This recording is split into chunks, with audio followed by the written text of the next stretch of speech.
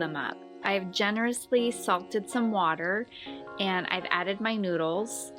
You want to let these cook up until they're al dente, so we want a little bit of firmness to them because we're going to be adding that to our no cream sauce, and it's going to continue to cook even after we go to serve it because it'll be super hot.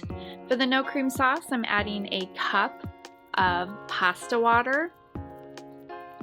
Now, this pasta water is slightly tinted green from our noodles, so if you want to prevent that in the future, you could actually boil your noodles separately and use the water from the natural colored pasta.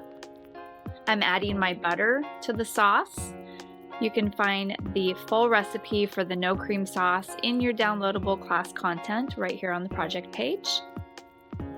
Add your butter, let it get nice and melted into that pasta water. And I usually let this cook down just a little bit prior to adding the butter. So I did let it cook down for a good 5 minutes before I added the butter.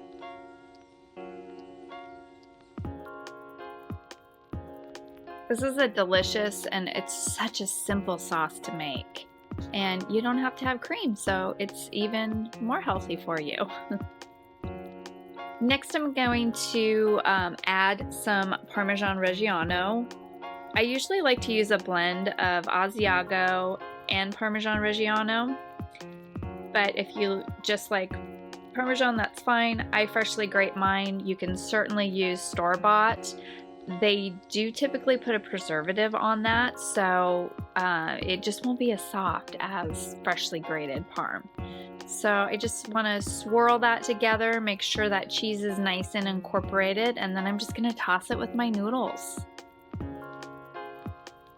Super easy, get those nice and coated, and you will start to notice that the noodles will start to absorb that sauce. It's so delicious, so creamy, so good. You don't miss the heavy cream.